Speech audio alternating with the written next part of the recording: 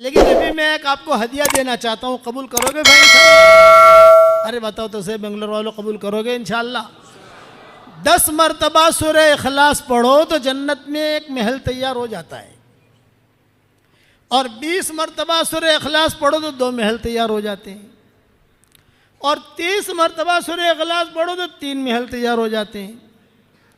आजकल के हालात के अंदर मैं अपने साथियों से, शागिर्दों से, शागिर्दनों से ये दरख्वास्त करता हूँ, हमारे व्हाट्सएप के सबकों में सब जगह, कि 313 मरतबा सूरह इखलास पढ़ने की आदत डालो, तो रोज़ाना इंशाअल्लाह 31 महल तैयार हो जाएंगे। कितने महल भाई? और 104 मरतबा कुरान शरीफ पढ़ने के बराबर अल्लाह सवाब देगा। 31 बंगले रोज़ाना तैयार हो जाएंगे इंशाअल्लाह, और कोई इनकम टैक्स वाला आपको फ़ोन नहीं करेगा।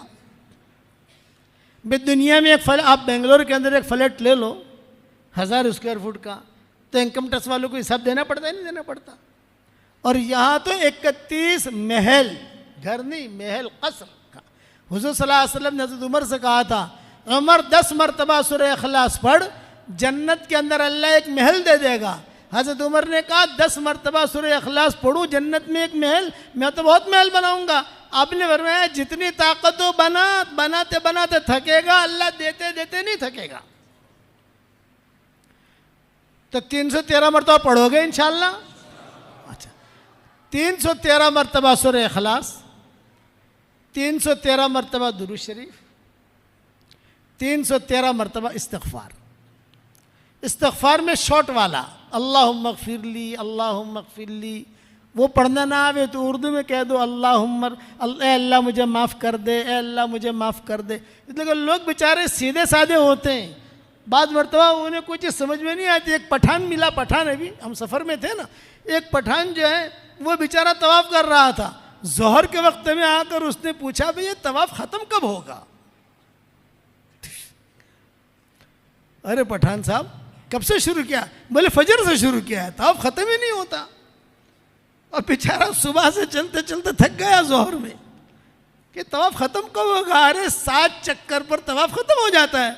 अरे भाई मुझे तो पता नहीं, मैं तो सुबह से लगा हुआ हूँ कि तवाफ़ ख़त्म होगा, कोई रहेगा नहीं, इसका मतलब है कि तवाफ़ ख़त्म हो गया।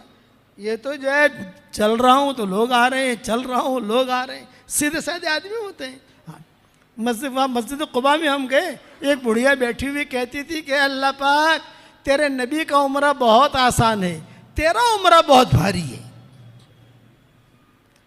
कि तेरे उम्र में बहुत थकती हूँ, तेरे नबी की उम्र में नहीं थकी। वहाँ जाकर 2 रकात नमाज पढ़ लो, तुमरे का सवाब मिलता है ना, कि तेरे नबी का उम्र बहुत अच्छा है। ऐसा मक्का में कर देना अल्लाह पाक, तेरा उम्र बहुत भारी है। सीधे साधे लोग बेचारे। हाँ, तो ऐसे लोग होते हैं जिन्हें अरबी पढ़ना भी नहीं आता था। मैं उनसे कहता हूँ इतना कह दो, ए अल्लाह मुझे माफ़ कर दे, ए अल्लाह मुझे माफ़ कर दे, ए अल्लाह मुझे माफ़ कर दे, मुझे माफ़ कर दे। 313 मरतबा करोगे इंशाअल्लाह?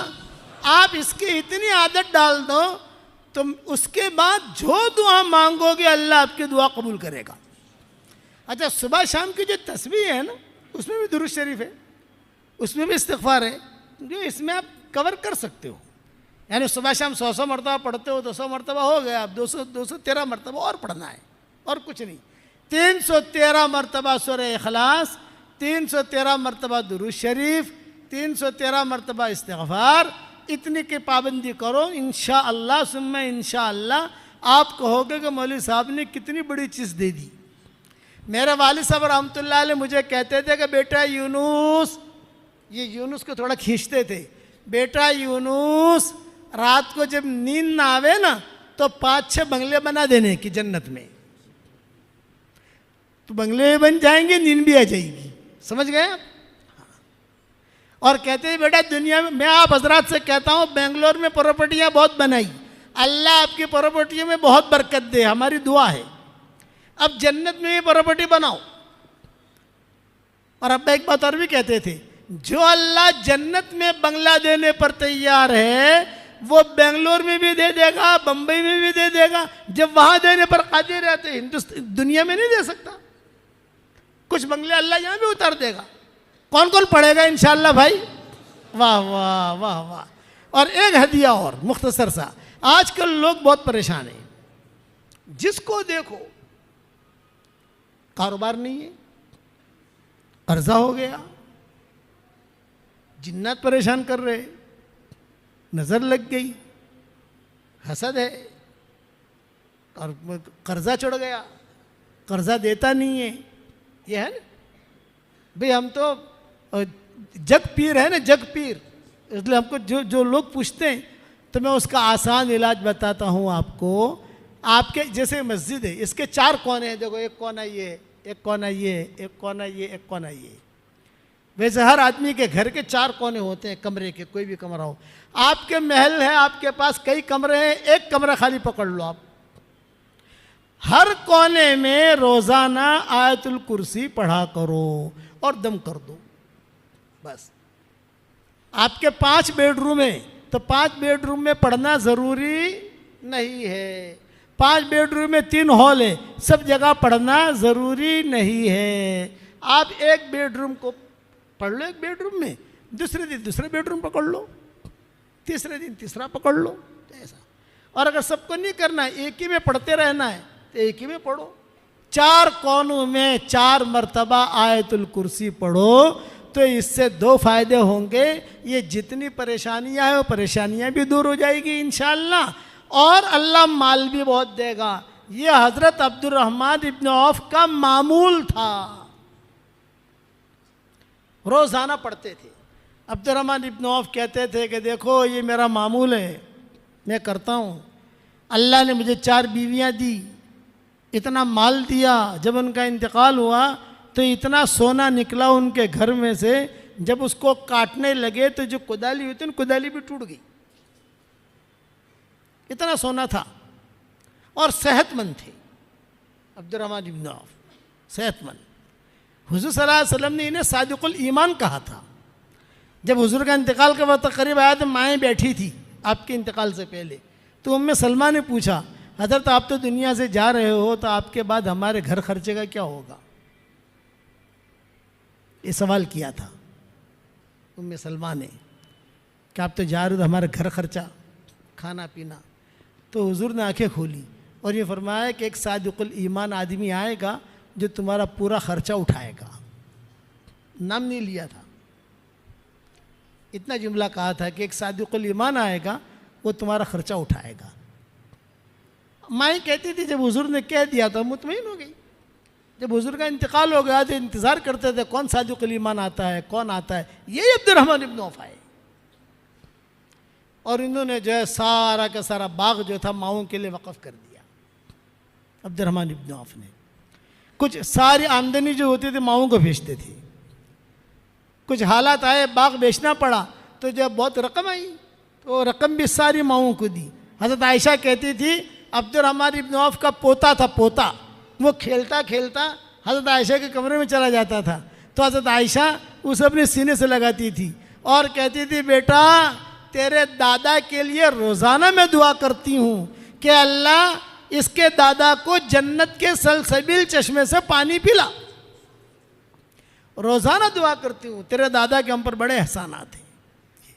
ये अब्दुर्रहमान इब्न औफ का मामूल था। तो आप करोगे इंशाअल्लाह आयतुल कुर्सी। और तीसरी बात, जो मुझे अपनी दुआओं में याद रखता है मैं उसके लिए दुआ करता हूँ। आप मेरे लिए दुआ करोगे तो मेरी दुआ में पार्टनर रहोगे इंशाअल्लाह, करोगे इंशाअल्लाह। और चौथी बात, मेरे सबक सुनते रहो। आप मौलाना यूनुस पालमपुर इंस्टाग्राम पर चले जाओ तो रोज़ाना आपको नई नई नई बातें सुनने मिलेंगी, रोज़ाना। आजकल हुजूर सल्लल्लाहु अलैहि वसल्लम की सीरत चल रही है, तो 102 पाठ हुए हैं और 300 पाठ मैंने तैयार किए हैं।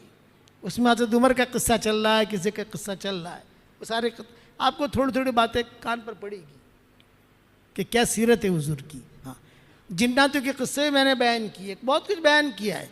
ये मजमून जो मैंने बयान किया ये इमाम साहब की बरकत है। जिन्नातों का जो मैंने बयान किया, हालांकि जिन्नातों का बयान ज़्यादा हुआ नहीं, बीच में आ गई दूसरी बातें। जिन्नातों का मुस्तक़बिल मुझे बयान करना था, अल्लाह जब तौफीक देगा तो दूसरी मरतबा आके बयान करेंगे इंशाअल्लाह। अब ये बताओ अल्लाह के रास्ते में निकलोगे कि नहीं निकलोगे भाई? सारा मजमा ये नीयत करे कि हमें दीन का काम करना है, और दीन के काम करने के लिए आसान शक्ल है दावत और तबलीग। ये आसान है। आप कुरान का तर्जुमा नहीं कर सकते, आप बयान नहीं कर सकते, आप जो है लंबी चौड़ी बातें लोगों को नहीं समझा सकते, लेकिन अल्लाह के रास्ते में निकल कर कभी 3 दिन के लिए निकलो, कभी चिल्ले के लिए निकलो, कभी 3 चिल्ले के लिए, जैसे फुर्सत मिले आपको, लेकिन दीन पर रहने की कोशिश करो। बेदीन दीनदार मत बनना। इस उम्मत को और इस्लाम को और मुसलमानों को जो नुकसान हुआ है, यहूदियों से नहीं, मुशरिकीन से नहीं, मजूसियों से नहीं, किससे हुआ है? बेदीन दीनदारों से। कि दीनदारी का चेहरा है, दीनदारी का लिबास है और जिंदगी में दीन नहीं है, इससे नुकसान हुआ है।